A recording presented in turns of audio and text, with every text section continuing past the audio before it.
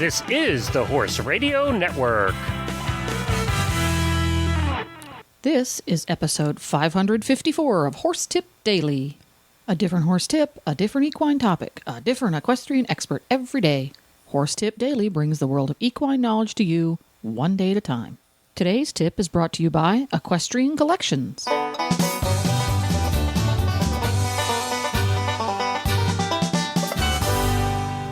Hi, Coach Jen here, and thanks for tuning in to Horse Tip Daily. Today's tip is from Shawna Karrasch. Shawna Karrasch may be known by many of us as the clicker training lady, but she really is the take it out of the textbook and put it in the barn lady.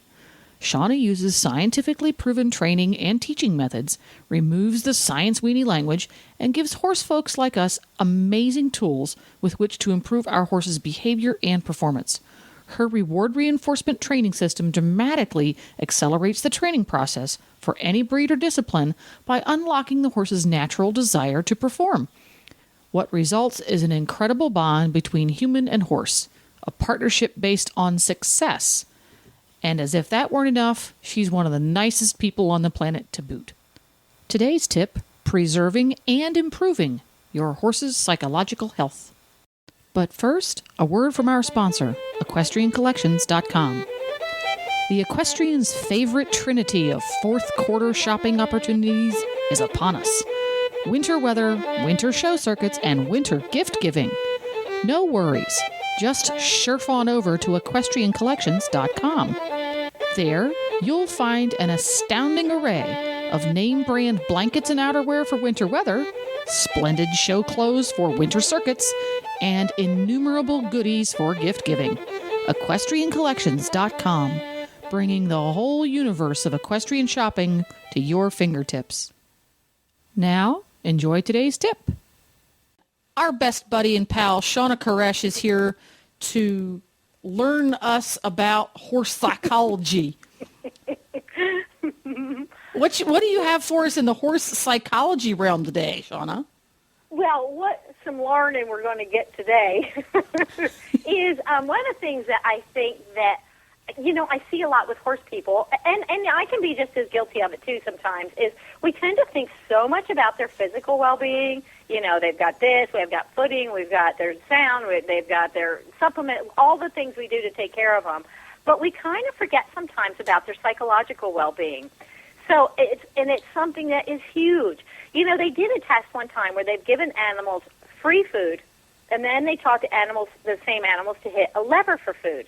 And then they gave them the option, free food and the lever for food. They tended to ignore the free food and go to the lever for food. I mean, that to me is really telling. Yeah, it is. I think it's really amazing to me. But it shows me that how much they want to, psychologically, they wanted to work for that. They wanted to do something to earn that. And I found that horses over and over are so much better or any animals, frankly, because the marine mammals too.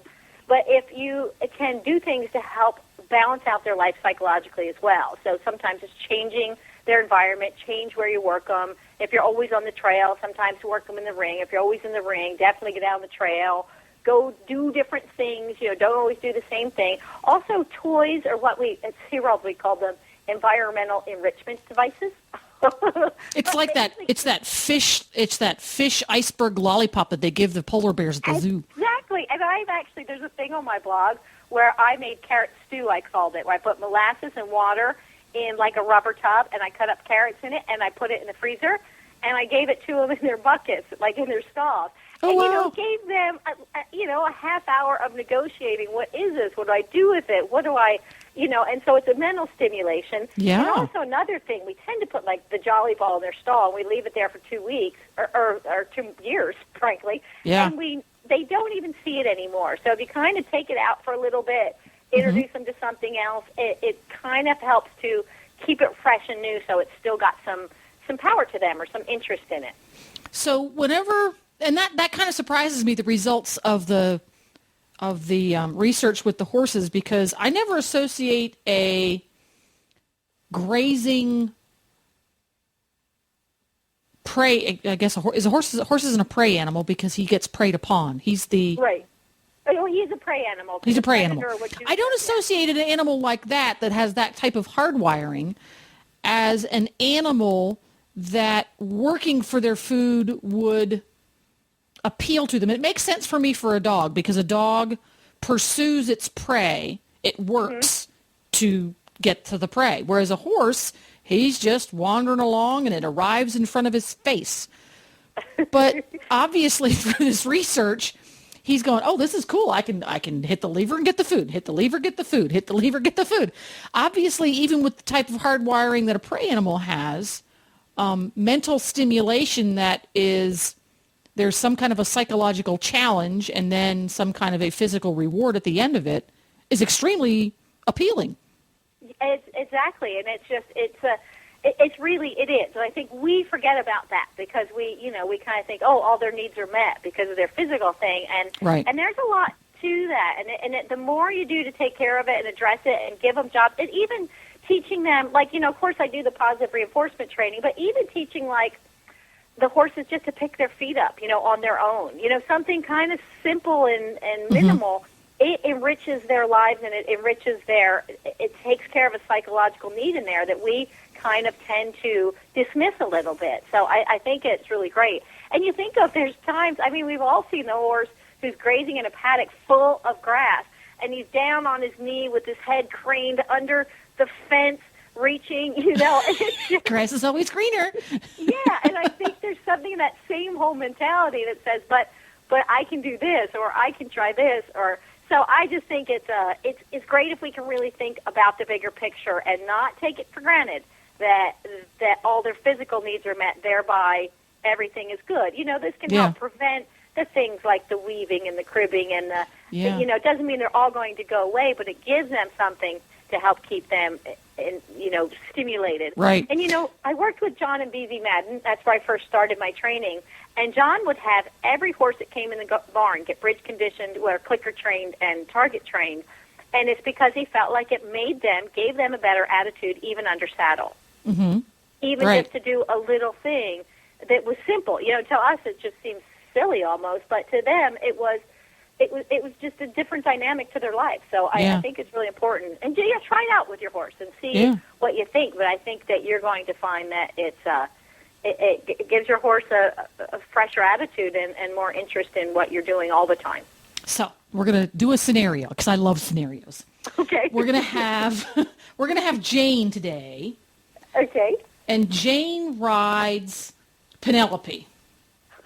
And Penelope is a been there, done that show hunter. Been there, done that a million times. But she's not a school horse. She's Jane's special mare.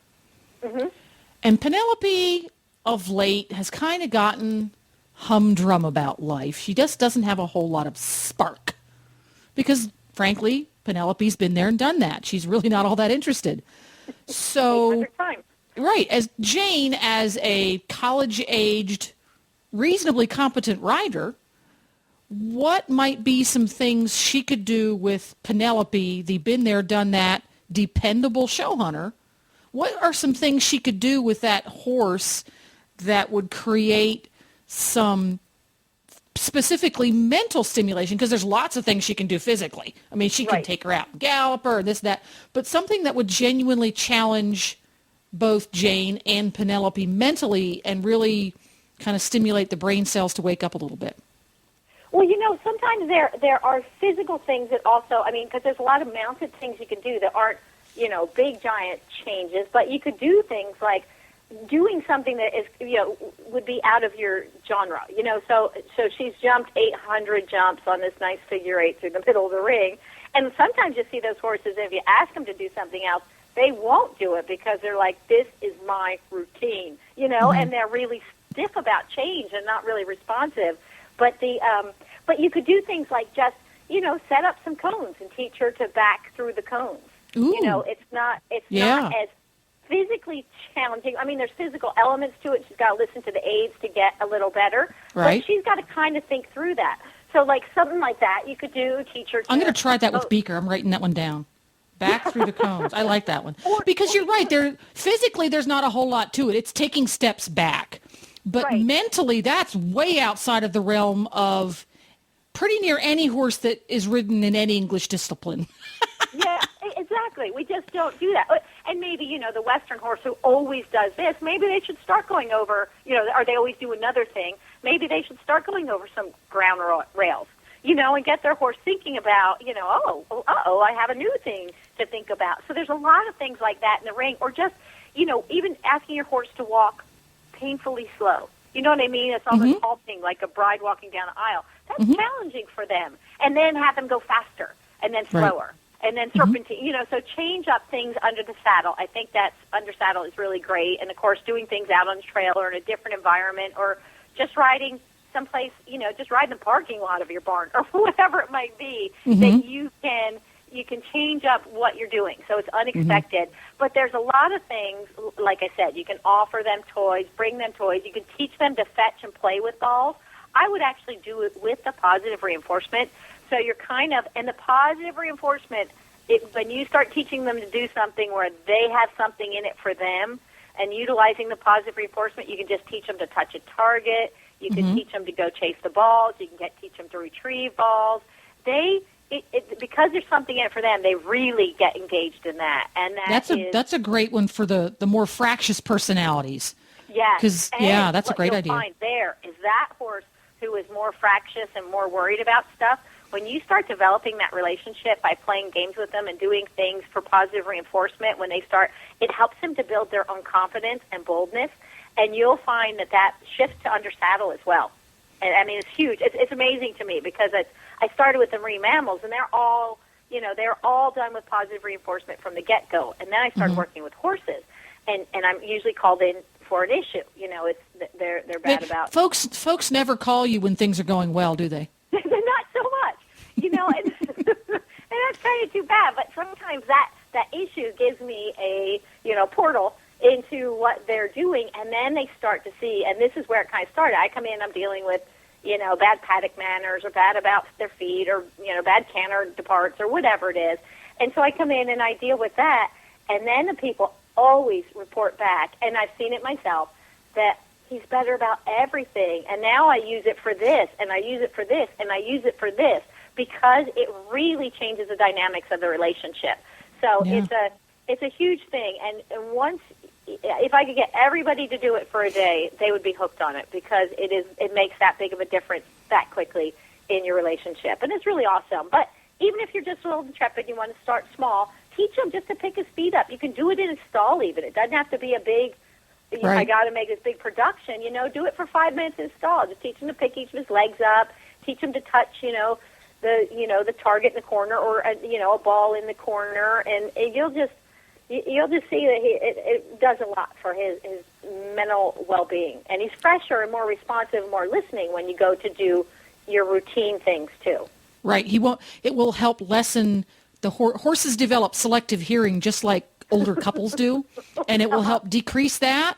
So we've got right there really great things to do with younger or more fractious personality horses, things to do with your staid and true and older horses that spend lots of time under saddle. Great stuff right there. And I'm sure this tip will cause lots of thoughts and questions from our listeners. So where can folks go on the interweb to communicate further with Shawna Karrasch and all of her nifty training techniques? I think the easiest one to spell is because you can always go to shawnakarrasch.com, but askshawna.com is really easy to spell. It takes you right into the website, and you can navigate around from there. That's awesome, Possum, as usual. Thank you so very much for stopping by with your great tips, and we'll see you next time, Shawna. It's been a pleasure. Thank you, Jennifer. Well, there you go. To listen to all of Shawna's tips, just go to horsetipdaily.com and go to the experts drop-down menu on the left. You can also go to askshawna.com. That's her website with a great blog to boot. Please stop by the Horse Tip Daily Facebook page and let us know what you think of the tips you hear on the show. It's also a great place where you can post topics that you'd like us to cover.